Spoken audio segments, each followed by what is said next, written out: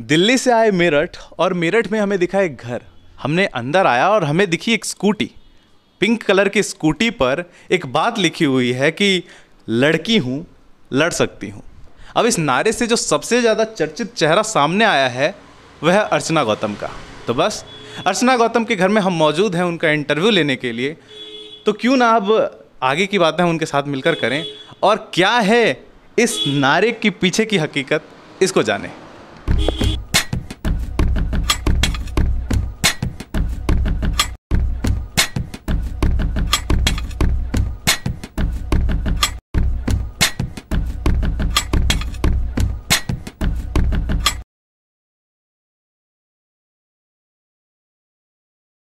हमारे साथ मौजूद हैं अर्चना गौतम जी, जो कि एक उत्तर प्रदेश के जाने माने चेहरों में से एक हैं।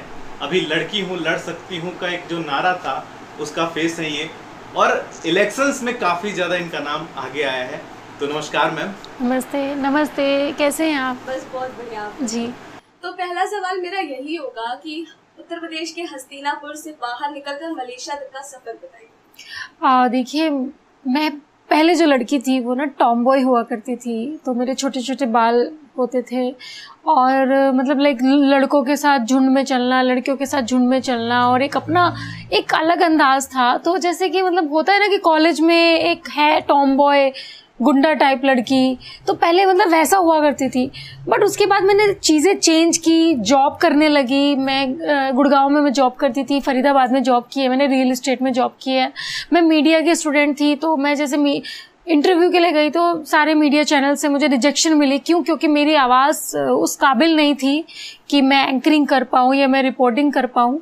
तो फिर मैंने सोचा कि चलो एक काम करते हैं, तो ये लाइन चेंज करते हैं। तो मैं जॉब के लिए चली गई, क्योंकि मेरी जो घर की आर्थिक स्थिति थी वो इतनी सही नहीं थी कि मैं आगे कुछ सोच पाती अपने बारे में। क्योंकि हम लोगों के यहाँ पे क्या होता है कि जब एक छोटी कास्ट की जो लड़की होती है उसको बढ़ने नहीं दिया जाता है आगे, उसको रोका जाता है कि तुम नहीं कर सकती क्योंकि तुम दलित हो, तुम जाटव हो, तुम बढ़ नहीं सकती। तो ये मेंटालिटी लोगों की ना माइंड में डाली जाती है, परिवार में डाली जाती है। बट फिर भी मैंने सोचा, मैंने इतना बड़ा सोचा नहीं था कभी, तो मैंने सोचा कि चलो कोई बात नहीं, 6,000 की जॉब मैं कर लेती हूँ। तो मैं टेली कॉलिंग की जॉब करती थी, उसमें मुझे 6,000 रुपये मंथली मिलता था। और समझ में नहीं आता था, बस में वो 10 रुपये का टिकट से मैं वहाँ जाती थी और छोटे से घर में रहती थी। 3,000 रुपये का रूम था, तो मतलब 3,000 रुपये में मैं पूरा मंथ चलाती थी। तो बहुत ज़्यादा टफ होता था, क्योंकि मम्मी भी मुझे देती थी थोड़ा थोड़ा। तो फिर मैंने सोचा कुछ और करना पड़ेगा। फिर मैंने 12,000 की, फिर 15,000 की, ऐसे ऐसे धीरे धीरे कर करके मैंने अपना जर्नी स्टार्ट किया। पता नहीं, कहते हैं कि जब किस्मत को कुछ मंजूर होता है तो कुछ और चीज़ हो जाती है। वो जिस कंपनी में मैं जॉब करती थी वो कंपनी बंद हो गई, और उसके बाद मैं वापस मेरठ आ गई और मेरठ में फिर रोने लगी। फिर उसके बाद एक रियलिटी शो आया था, सेल्स का बाजीगर, उसमें मैंने पार्टिसिपेट किया। फिर वहाँ से मैं लखनऊ गई, लखनऊ से मैं मुंबई गई। लखनऊ से मुंबई कैसे गई? वो इस वजह से कि जो रवि किशन जी हैं, अभी बसपा में हैं, तो वो वहाँ के जज हुआ करते थे। तो उन्होंने मुझे मोटिवेट किया कि मुझे एक्टिंग में आना चाहिए, आपको ट्राई करना चाहिए। तो वो टॉम बॉय लड़की मुंबई गई और वहाँ पे फिर आप देख रहे हैं धीरे धीरे करके ये सब चीज़ें आपके सामने। अभी आपने कहा कि आप गुंडा टाइप टॉम बॉय लड़की हुआ करती थी। हाँ। अभी आपका एक स्टेटमेंट सामने आया है जी। कि हाँ मुझे गुंडी बनना है। हाँ। उसके पीछे आप क्या करेंगे? देखिए, वो कॉलेज में गुंडा मतलब वो होता है कि अपना एक सर्कल होता है वहाँ पे कि हाँ तुझे कोई कमी तो नहीं है किसी चीज़ की, तुझे कोई कमी, मतलब लड़कों के साथ मैं भी अपना ठीक है जो भी था छोटा मोटा ठीक है। अभी गुंडा इस वजह से मैंने ये स्टेटमेंट दिया कि जब मैं अपने क्षेत्र में गई तो मैं एक सीधी सादी सी भोली भाली सी लड़की थी। तो सबके साथ कि बाबूजी नमस्ते, ये वो, सबका दुखड़ा सुनने वाली, वैसे भी मेरा नेचर वैसा है। बट जब मैंने कुछ लोगों से जैसे बुजुर्ग थे, इलेक्शन के बाद मैंने जब उनसे बात किया तो उन्होंने ये बोला कि देखिए हम कैसे इनको वोट देते, ये तो बेचारी इतनी भोली भाली सी है और इतनी मासूम है। कल को हमारा बच्चा अगर पुलिस में चला गया तो ये क्या करेगी बताओ, ये तो पुलिस वालों को हड़का भी नहीं सकती। तो मतलब एक मेंटालिटी मैंने सोची कि मतलब अच्छा कि यहाँ पे उत्तर प्रदेश में क्या वही नेता बनता है जो पुलिस वालों को हड़काया जाता है। इसका मतलब मुझे भी अब पुलिस वालों से लाउडली बात करनी पड़ेगी, उनको थोड़ा सा मतलब कड़क आवाज में बात करनी पड़ेगी, गुंडा बनना पड़ेगा इस चीज के लिए। तो ये एक मेंटालिटी है, बहुत लो क्लास की मेंटालिटी है कि आप मतलब ऐसा बोल रहे हैं कि भाई गुंडों मतलब पुलिस वालों से लड़ोगी या हमारे बच्चे के लिए आप ये करो। ये एक मुझे नहीं लगता कि ठीक है, बट अभी जनता बोल रही है तो ऑब्वियसली ठीक ही होगा, मैं शायद गलत होंगी। तो मैंने फिर सोचा कि चलो क्यों ना मैं भी ट्राई करूं गुंडा बनने की। तो मैंने कहा ठीक है, अब मुझे गुंडा ही बनना है। एक एमएलए की पोस्ट क्या होती है, एक एमएलए की पोस्ट ये होती है कि जनता को सुनना, उनके मैटरों को सुनना और जो चीज की क्षेत्र में कमी है उस चीज को विधानसभा में रखना। तो यहाँ के एमएलए वो चीज कर ही नहीं रहे। यहाँ के एमएलए ठीक है, किसी का लड़का जेल में चला गया, अरे वो आया है मेरे क्षेत्र का, उसको निकाल दो, अरे तूने उसका पैसा क्यों खाया, अरे मतलब ये क्या है, ये छोटी छोटी चीज आप ये मायने रखते तो मुझे नहीं लगता। बट कोई बात नहीं, नेक्स्ट टाइम के लिए, क्योंकि मेरे पास टाइम बहुत कम था, मैंने 13 दिन के अंदर ही मुझे टिकट मिला गया और 13 दिन में मैं क्षेत्र में भी नहीं गई क्योंकि मैं वहाँ पे पैदा हुई थी। मैं मेरठ की लड़की हूँ, मतलब हस्तिनापुर की लड़की हूँ, मेरठ में रहती थी और मुंबई भी चली गई थी, तो मुझे टाइम नहीं मिल पाया। बट अभी ये नेक्स्ट टाइम अगर मैं जाऊँगी तो अपने क्षेत्र के लोगों के साथ मुझे रहना है, उनके मुद्दों को सुनना है, भले ही वो आवाज ना उठाए, वो तो विधानसभा में आवाज उठाएंगे, मैं कम से कम रोड पे तो आवाज उठा सकती हूँ। तो ये चीजें मैंने सोची है। चलो नतीजे जो भी रहे हो, लेकिन जब आप मैदान में गई, उतरी, लोगों से मिला, आपने दिक्कतें जाना, एक्सपीरियंस कैसा रहा आपका लोगों से मिलके? बहुत अच्छा रहा। हस्तिनापुर की जनता का प्यार मुझे बहुत मिला, सभी महिलाओं का प्यार मुझे मिला, बच्चों का प्यार मिला, बुजुर्गों का प्यार मिला। तो मुझे बहुत बहुत अच्छा लगा कि सब लोगों ने बहुत प्यार किया, मतलब अपनापन किया। और मुझे लगता है देखिए, उन्होंने वोट नहीं दी, वो ऐसा नहीं है कि दिल से वोट नहीं देना चाहते थे, कुछ कंडीशन, कुछ माहौल ऐसा बन गया था कि वो लोग भी मजबूर थे, वो नहीं दे सकते थे। क्योंकि जो लड़ाई थी उत्तर प्रदेश में वो सिर्फ बीजेपी और सपा की थी, तो उनको वो एक मेंटालिटी हो गई कि हाँ, कोई बोलता सपा को जिताना है और उधर वाले बीजेपी को जिताना है, तो दो की लड़ाई थी, बीजेपी की लड़ाई थी। कांग्रेस हट गई। हाँ, तो कांग्रेस हटी नहीं है। कांग्रेस देखिए, कांग्रेस ने पहली बार 403 सीटों पे लड़ाई की है खुद के दम पर। और अगर मेरे 1500 वोट आए हैं तो ये मेरे लिए बहुत बड़ी अचीवमेंट है कि 1500 लोगों ने मुझे वोट दिया, यानी 1500 लोग ने ये चाहा कि हाँ कांग्रेस आगे बढ़े। और मेरे साथी हैं जिनको 10,000 वोट मिले, 13,000 वोट मिले, 33,000 मिले और 2 सीट से तो जीते भी हैं। तो ये एक शुरुआत है। ये देखिए, अगर कोई गिरता है और गिर के उठता है तो उसको उठना बोलते हैं, और अगर कोई गिर गया और उठे ना कि यार नहीं मैं तो मर ही गया हूँ, तो मुझे नहीं लगता कि ठीक है। बट हम लोगों ने कोशिश की, कोई बात नहीं, 2024 में नहीं, क्या पता 2027 कांग्रेस विस बीजेपी हो, क्योंकि अब तो सपा का नामो निशान ही मिट चुका है, आप सब देख रहे हो। तो मुझे नहीं लगता कि अभी आने वाले टाइम में सिर्फ 2 ही पार्टी होंगी, कांग्रेस और बीजेपी। तो इस बार का नतीजा आपके हित में तो नहीं रहा, मगर आप आगे क्या सोच रही हैं कुछ और पॉलिटिक्स में कि बस अब चले जाना है फिल्म इंडस्ट्री में? नहीं, मैं देखिए, पहली बात तो मैं किसी फेम के लिए नहीं आई हूँ, बट भगवान के आशीर्वाद से फेम हो गई हूँ मैं। तो मैं जब आई थी तो मैं सोच के आई थी कि मुझे राजनीति में आना है, बट कुछ मूवीज़ मेरी पेंडिंग है, वहाँ पे भी कुछ कमिटमेंट्स मेरी रह गई है कि मैंने एक फिल्म को अधूरी छोड़ के मैं आ गई थी, वो चीज़ें करने मुझे वापस भी जाना है। और उसके बाद अगर मुझे अपॉर्चुनिटी मिली अच्छी तो मैं साथ के साथ करूँगी, क्योंकि इसके पीछे भी एक रीज़न है। उसके पीछे ये रीज़न है कि अगर मैं सब चीज़ें छोड़ के राजनीति में लग गई ना, तो लोग बोलेंगे कि मतलब जो उसका मतलब जिसने मुझे पहचान दी, मेरी एक्टिंग ने मुझे पहचान दी और मैं उसको छोड़ दूं, तो वो एक नाइंसाफी होगी, फिर कोई लड़की आगे नहीं बढ़ पाएगी। तो मैं चाहती हूँ कि आज जो मैं बड़ी हूँ ना, मुझे देख के बहुत सारी लड़कियां बढ़ें, और जैसे कि मेरे ही बिरादरी की जो लड़कियां हैं, जाटा बिरादरी की जो लड़कियां हैं, वो आगे बढ़े, क्योंकि उनको पढ़ाई का कोई साधन नहीं मिल पाता, परिवार का सपोर्ट नहीं मिल पाता। तो मैं उन महिलाओं को आगे बढ़ाना चाहती हूँ। तो ये जो आपने फिल्म इंडस्ट्री से आपने पॉलिटिक्स का रास्ता चुना, फिल्म इंडस्ट्री में अभी भी आप काम कर रही हैं, अच्छे तरीके से काम कर रही हैं, तेलुगु, तमिल, बॉलीवुड फिल्मों में काम कर रही हैं, इसका एक्सपीरियंस कैसा रहा आपका? नहीं, इसका एक्सपीरियंस बहुत अच्छा रहा और बहुत मेहनत लगी है मुझे वहाँ तक पहुँचने में, क्योंकि देखिए जैसे राजनीति है, सिमिलर इंडस्ट्री है, तो राजनीति में क्या होता है कि एक स्ट्रगल देखा जाता है कि ये 10 साल का एक्सपीरियंस है राजनीति में, इसने क्या किया है। कोई प्रधान बनता है, कोई ये सरपंच बनता है, फिर जा जाके वो बनते हैं, तो वैसे ही वहाँ पे है। तो बट वहाँ का थोड़ा अलग है। वहाँ पे अगर किसी लड़की के पास BMW होगी या किसी के लड़की के पास क्लास होगा, मोबाइल फ़ोन होगा, आईफोन होगा, ये होगा, उस लड़की को पूछा जाता है। हाँ, किसी लड़की को इंग्लिश आती होगी फर्राटेदार, उस लड़की को पूछा जाता है। कोई अगर कोई गांव की लड़की, जैसे मैं तो गांव से थी, तो जैसे गांव की हूँ, ये मेरठ है, तो एक नॉर्मली उसमें आता है मेरठ, तो मैं जैसे वहाँ गई, मेरी इतनी इंग्लिश इतनी अच्छी थी नहीं उस टाइम पे इंग्लिश, और उस चीज़ पे भी ये लोग टोन कर देते हैं कि यार इंग्लिश नहीं आती, बताओ BMW नहीं है तुम्हारे पास।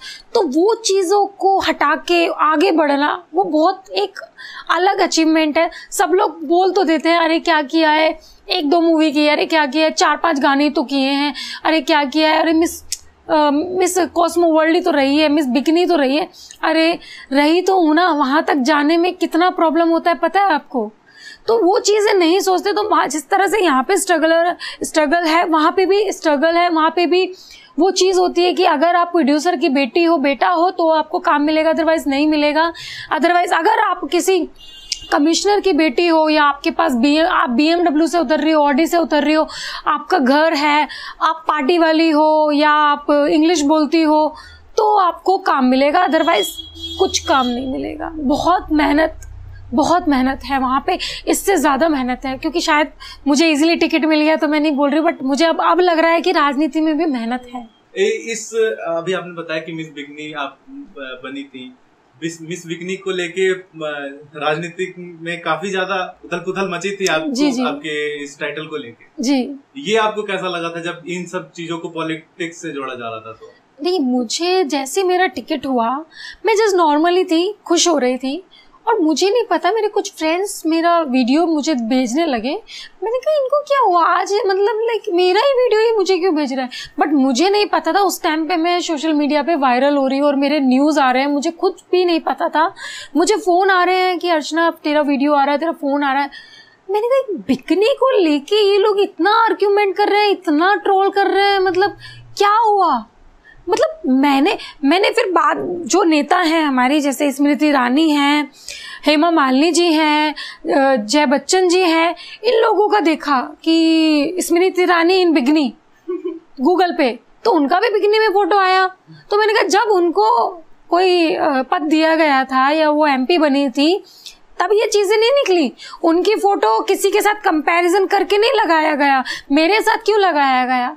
तो फिर जब मुझे बाद में समझ में आया कि वो इसलिए नहीं, क्योंकि वो स्मृति ईरानी, क्योंकि वो एक ऊंची जात की है, मैं एक नीची जात की हूँ, इस वजह से ये लोग चाहते नहीं है कि मैं आगे बढ़ूँ। तो यही चीज़ें होती है, एक मेंटालिटी हो जाती है लोगों की। तो बहुत सारी चीज़ें मैंने सोची कि क्या है क्या नहीं है। इनफैक्ट मैं एक इंटरव्यू में मैं रोई भी थी कि आप लोग किसी लड़की को जज उसके कपड़ों से करेंगे, आप उसके चरित्र पे कर रहे हैं। एक ने तो यहाँ तक कि ये भी बोल दिया था कि कल को कोई डांस बार वाली उठ के आ जाएगी तो उसको टिकट दे देंगे क्या हम। तो ये एक मेंटालिटी, मतलब इतनी गंदी सोच है उसकी, लोगों की। मुझे तो बिल्कुल भी नहीं अच्छा लगा, बट मैं इस चीज़ से लड़ी, क्योंकि दीदी का एक नारा था, लड़की हूँ लड़ सकती हूँ। तो वो ही नारे पे मैं खड़ी उतरी, दीदी की उम्मीदों पे मैं खड़ी उतरी और आगे मैंने काम किया। लड़की हूँ लड़ सकती हूँ, आपने ये पीछे लगा भी रखा है। जी जी। इसके पीछे का कारण यही था कि मतलब लड़की हो के आपको इतनी सारी चीजें झेलनी पड़ रही थी? नहीं, मैंने ये प्रियंका दीदी हैं और मैं इनसे बहुत प्यार करती हूँ, दिल से मैं इनसे जुड़ी हुई हूँ। जब ये आगे बढ़ी और मैंने इनको देखा है, मैंने दिल से इनको देखा है मेहनत करते हुए, मुझे ऐसा लगता है कि देश का प्रधानमंत्री इनको होना चाहिए, क्योंकि ये ज़मीनी स्तर पे लोग बोल देते हैं राजा महाराजाओं की फैमिली से।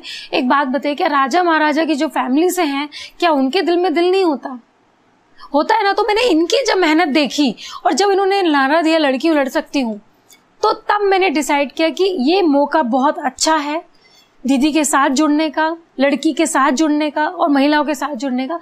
तो मैं अपना इंडस्ट्री को थोड़े कुछ टाइम के लिए बाय बाय करके मैं इधर आ गई।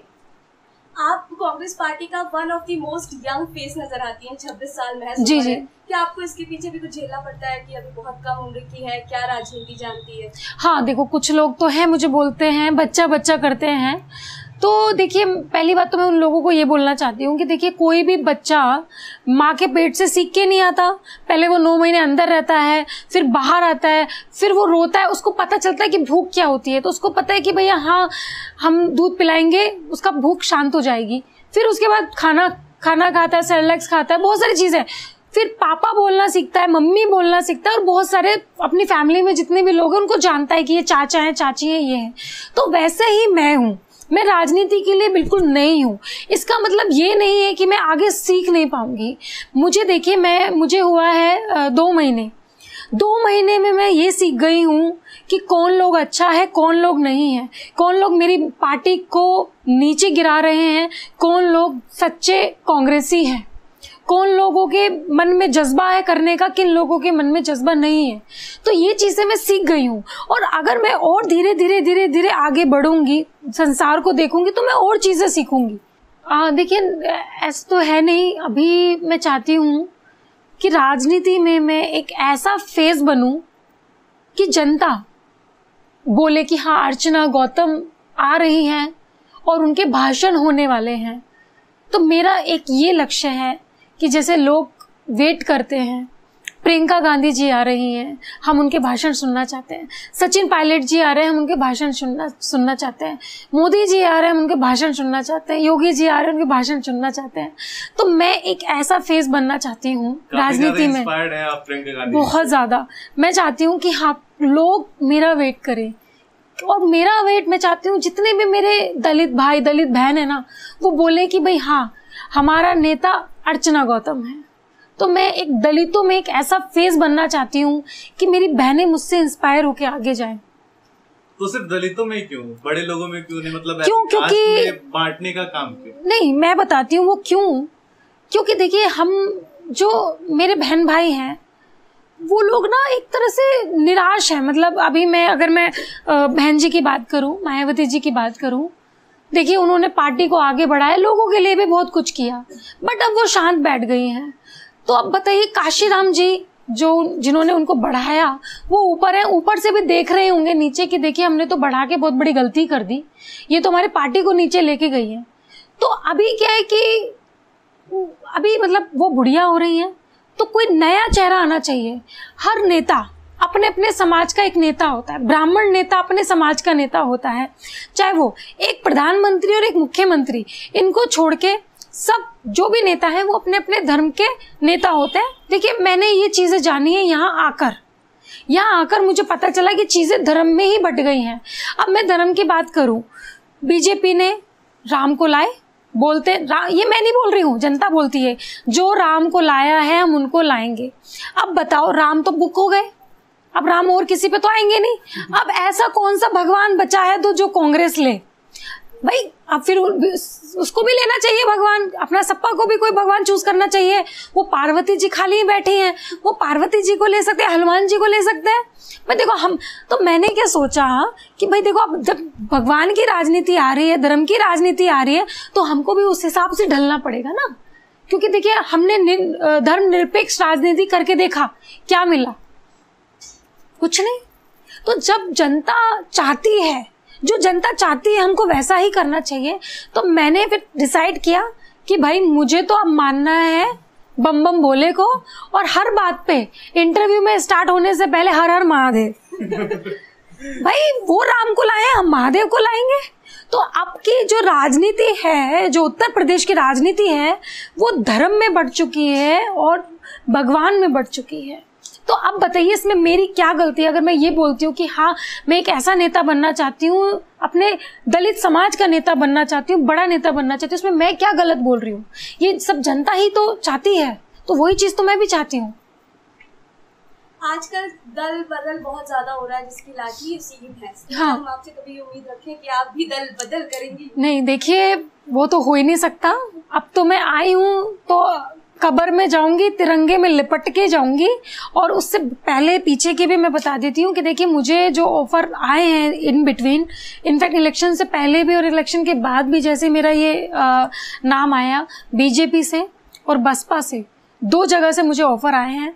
मैंने उनको सीधा से मना कर दिया कि मैं कांग्रेस के लिए नहीं हूँ, मैं कांग्रेस में प्रियंका दीदी के लिए हूँ। जब तक प्रियंका दीदी हैं तब तक मैं हूँ, मेरे को ना कोई तोड़ सकता ना कोई हिला सकता, चाहे कुछ भी हो जाए। मैं मतलब समर्पित हूँ दीदी के लिए। चलो थोड़ा सा मतलब ये हंसी मजाक की तरफ बढ़ते हैं। जी जी। ये बताओ कि आपको इतने ऑफर्स आए, हर पॉलिटिकल पार्टी से ऑफर्स आए, पैसा ज्यादा कौन दे रहा था? नहीं, पहली बात तो वहां तक तो बात पहुंची नहीं। सच बता रही हूँ, मैं अपने दिल की बता रही हूँ। अगर कोई मुझे 10 करोड़ भी रखेगा ना टेबल पे और बोलेगा कि भैया बीजेपी में आओ, बिल्कुल भी नहीं। क्योंकि पहली बात, मुझे पैसा कमाने की वो नहीं है, लालच नहीं है। मैं मतलब लाइक दिल की अच्छी लड़की हूँ और मैं ना नाम कमाना चाहती हूँ। जो लोग मुझ पे हंसते हैं ना, उन लोगों को चुप कराना चाहती हूँ कि तुम 2021 में मेरे पे हंसे थे, आज ये है और आज मैंने ये करके दिखा दिया। तो मैं सिर्फ नाम पे बिलीव करती हूँ, पैसे पे नहीं। फिल्में कौन कौन सी आ रही हैं? देखिए मेरी फिल्में आ रही हैं, अभी IPL आ रही है, तेलुगु फिल्म आ रही है, और गुंडास आ रही है, तमिल है, 47A है, तमिल है, और अपना ये क्या नाम है उसका, एक और नाम भूल गई मैं। फिल्में इतनी साइन करो, नाम ही भूल जाते हो। सीरियसली मैं नाम भूल गई हूँ। तमिल में नाम था उसका, तमिल मलयालम मूवी आ रही है, मैं नाम भूल गई हूँ क्योंकि इस टाइम राजनीति है तो मैं अपनी सारी फिल्में भूल चुकी हूँ। और उसके अलावा एक तेलुगु और आ रही है। इतनी सारी मूवी आ रही है, नाम भूल गए? नहीं, मैं एक फिल्म का नाम भूली हूँ क्योंकि उसका नाम बड़ा अलग है, तो उसका पोस्टर है मेरे पास, संगी नाम। उसमें मेरा नाम मुझे पता है संगी नाम है, बट फिल्म का नाम मैं भूल गई हूँ। आप अपने साउथ की फैन को कुछ तेलुगु या तमिल में बोलिए। तमिल तेलुगु में मैं बोलती हूँ, मैं तमिल में बोलती हूँ। इपड़ी इरुक्कांगा गाइस, नल्ला इरुक्का, साप्टिंगला या ना साप्टिंगला। Okay, so see you soon, Chennai. इसका मतलब क्या हुआ? मैंने बोला आप सब लोग कैसे हैं? ठीक है, मैं भी ठीक हूँ। और आप सबने खाना खाया? खा लिया? मैंने भी खा लिया। तो बस यही बोला मैंने। तमिल में इतनी फिल्म आपने साइन करी है, इतनी हाँ। बना रहे हैं, तमिल से प्यार हो गया लगता है आपको? नहीं, बिल्कुल बिल्कुल। मुझे तो सब जगह से प्यार है, मुझे लैंग्वेज से वहाँ का प्यार है। क्योंकि देखिए जब बॉलीवुड ने मुझे नहीं देखा, मेरा टैलेंट नहीं देखा, तो मेरा टैलेंट देखा साउथ ने। तो जितने भी लोग बोलते हैं कि लड़कियां पहले आके साउथ में जाती हैं, वो इसी वजह से जाती हैं क्योंकि बॉलीवुड में टैलेंट की कदर नहीं है।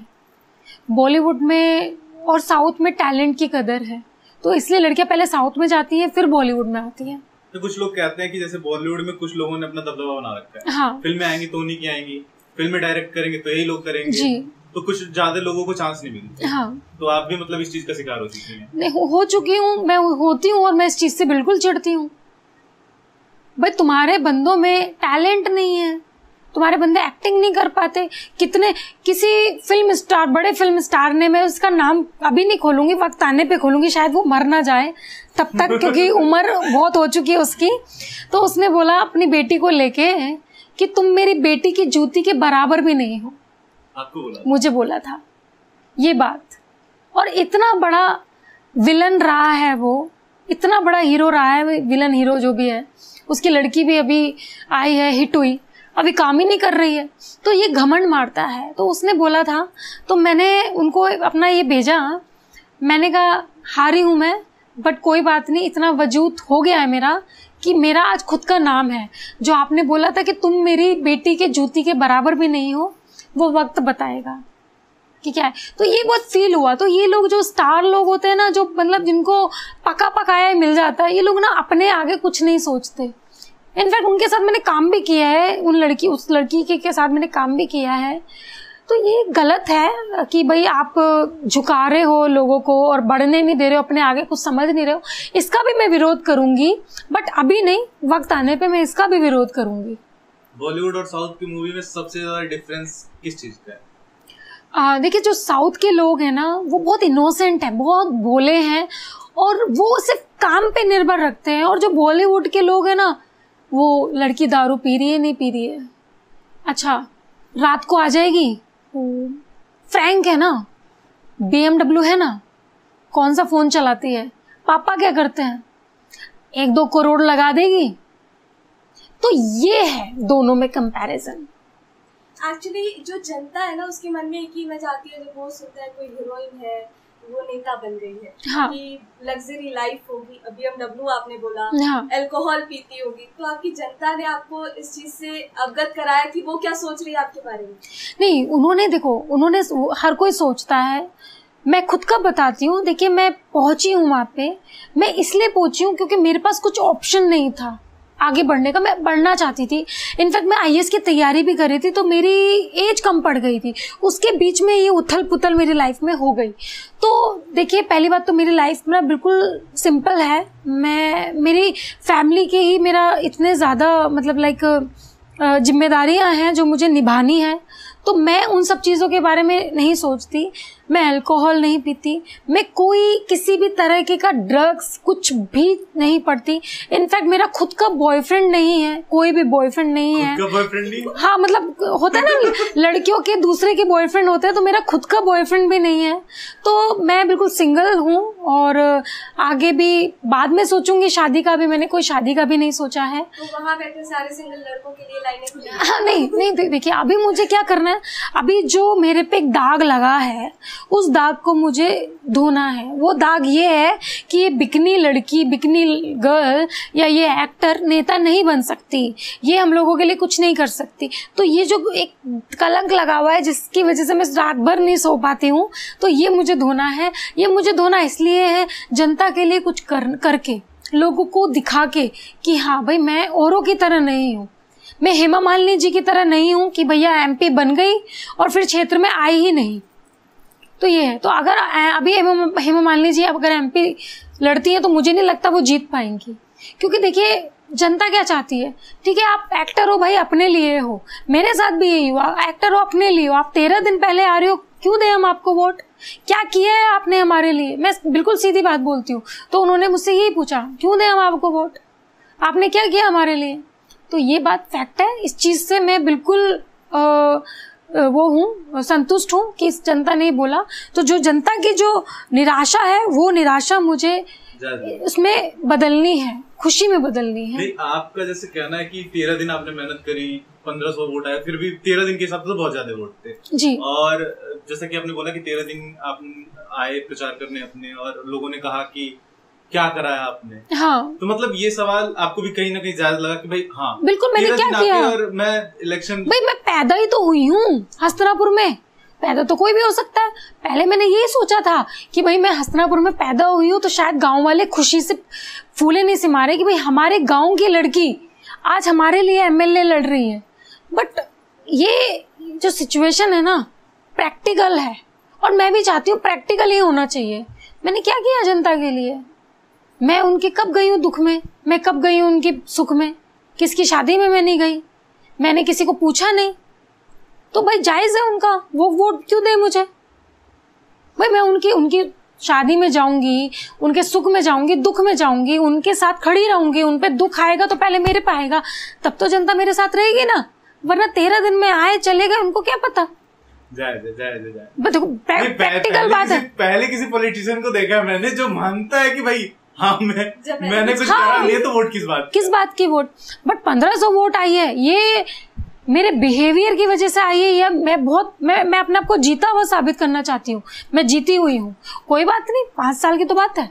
और अगर दीदी ने चाहा कि मुझे 2024 में भी अगर दीदी लोकसभा लड़ाएंगे तो मैं उतनी मेहनत करूंगी, क्योंकि अब मेरे पास 2 साल का वक्त है। 2 साल में मैं अपने आप को प्रूव करके दिखाऊंगी। लोकसभा लड़ने की प्लानिंग है? देखिए, मेरे जो हाई कमांड कह दे, मैं दीदी के आदेश पे चलती हूँ। दीदी ने मुझे बोला कि हाँ अर्चना तैयारी करो, अर्चना दिल से तैयारी करना स्टार्ट कर देगी। जो अभी मैं नहीं कर पाई 13 दिन में, वो 2 साल के अंदर मैं करूंगी अपने क्षेत्र में रह के। अच्छा, ये जैसे कि पॉलिटिक्स में ना, एक पॉलिटिक्स में आना ना, एक ऐसा लगता है कि राजनीति में कोई आया है तो काफी एक्सपीरियंस होगा, काफी ज्यादा, मतलब आप जैसे नौजवान जो मतलब काफी कम एज में पॉलिटिक्स में आ गए, तो ऐसा नहीं है कि जैसे आपने बताया कि मेरा खुद का कोई बॉयफ्रेंड नहीं है, तो लोग अब कतराएंगे शायद से कि इन्होंने तो स्टेटमेंट भी दी थी कि मैं गुंडा बनना चाहती हूँ, गुंडी बनना चाहती हूँ। हाँ। नहीं तो ये तो सही है ना। आप बताइए कौन सी नेता गुंडी नहीं है? पहला ममता जी अपने एरिया के तो गुंडी हैं वो। आप मानते क्या है गुंडा?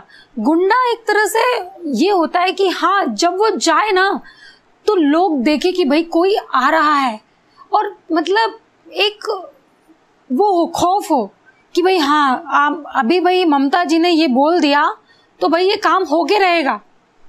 तो मुझे वैसे ही तो बनना है। हमारी बहन जी को देख लीजिए, शिवपाल जी ने तो बोला था ना गुंडी गुंडी गुंडी गुंडी है वो। स्टेटमेंट देखा नहीं देखा उनका? तो उन्होंने तो खुद बोला था हाँ मैं हूँ गुंडी। तो उसमें क्या बुराई है भाई?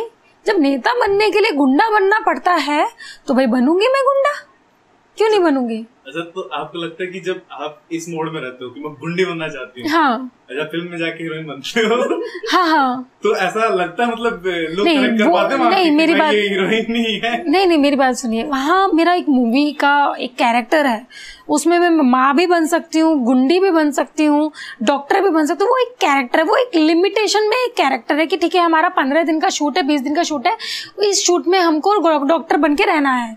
बट उसके बाद जब मैं अपनी रियल लाइफ में आती हूँ, अपने लोगों की लाइफ आती है, तो वो जनता क्या चाहती है? जनता एक ऐसा नेता चाहती है कि हम पे कोई मुसीबत आए तो पहले हमारा विधायक आगे खड़ा रहे लड़ने के लिए। तो वो चाहती है, वो नेता स्ट्रांग चाहती है नेता। तो मुझे वही बनना है। मुझे ऐसा है कि मेरे अगर लोगों पे आँच भी आए ना तो पहले मेरे पे आए, मैं खड़ी हूँ वहाँ पे लड़ने के लिए। तो वो चीज बननी है मुझे। अखिलेश जी ने अभी थोड़ी देर पहले स्टेटमेंट पास किया है कि लखीमपुर फाइल्स भी बन सकती है, उस पर आप क्या कहेंगे? देखिए बिल्कुल बहुत अच्छा बोला उन्होंने। एक बात बताइए, सत्ता है तो राज करेंगे आप। अभी तो मैंने फिल्म नहीं देखी है, जो फिल्म आई है अपना कश्मीर पे, हाँ वो फिल्म नहीं देखी। मैं आज जा रही हूँ फिल्म देखने क्योंकि मैं लखनऊ थी। बट कुछ लोगों ने बोला है कि 90s का वो पूरा दिखाया गया है। तो 90s में तो सरकार भी उसकी थी अपना बीजेपी की, तो आप कैसे बोल सकते हैं? बट देखिए अभी मैं कुछ बोल नहीं सकती क्योंकि मैंने मूवी नहीं देखी है। पहले मैं मूवी देखूंगी कि मूवी में क्या है, फिर इस पे मैं टिप्पणी करूंगी। यही बात है। और उन्नाव रेप कांड पे भी हो सकती है भाई, मूवी बन सकती है, क्यों नहीं बन सकती?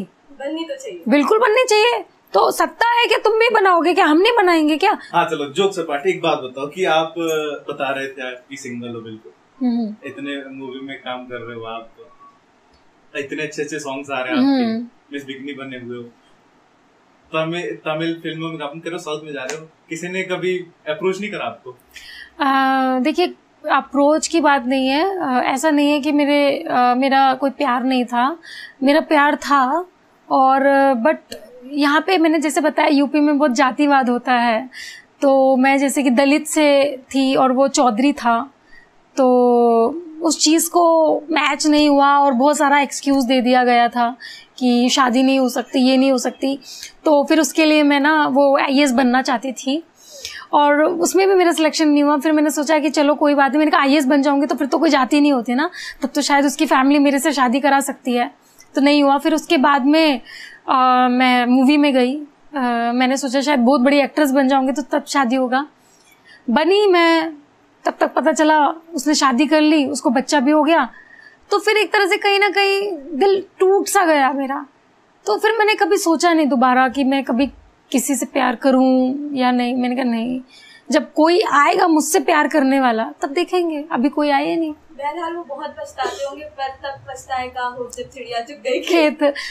हो सकता है, बट देखो मेरा तो कोई कांटेक्ट नहीं है, कुछ नहीं है। वो एक टाइम था, बाय बाय टाइम को, आगे बढ़ो बस अपना, और क्या करना है।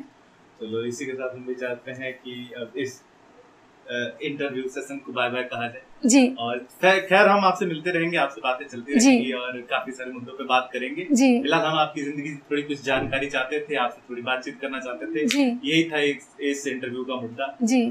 मुझे उम्मीद है कि आपको हमारी बातचीत पसंद आई होगी, बहुत अच्छा लगा होगा। अगर आप लोगों को भी ये कन्वर्सेशन अच्छा लगा हो तो इस वीडियो को लाइक, शेयर और सब्सक्राइब करो। ये बात अगर आप बोले तो ज्यादा बेहतर लगेगा जी। मैं चाहती हूँ कि आप जो ये वीडियो देख रहे हैं आपको अच्छी लगी, दिल से मेरी बातें आपको अच्छी लगी तो प्लीज इस चैनल को सब्सक्राइब करें, लाइक करें और शेयर करें। धन्यवाद। चलो पैक अप। ठीक था।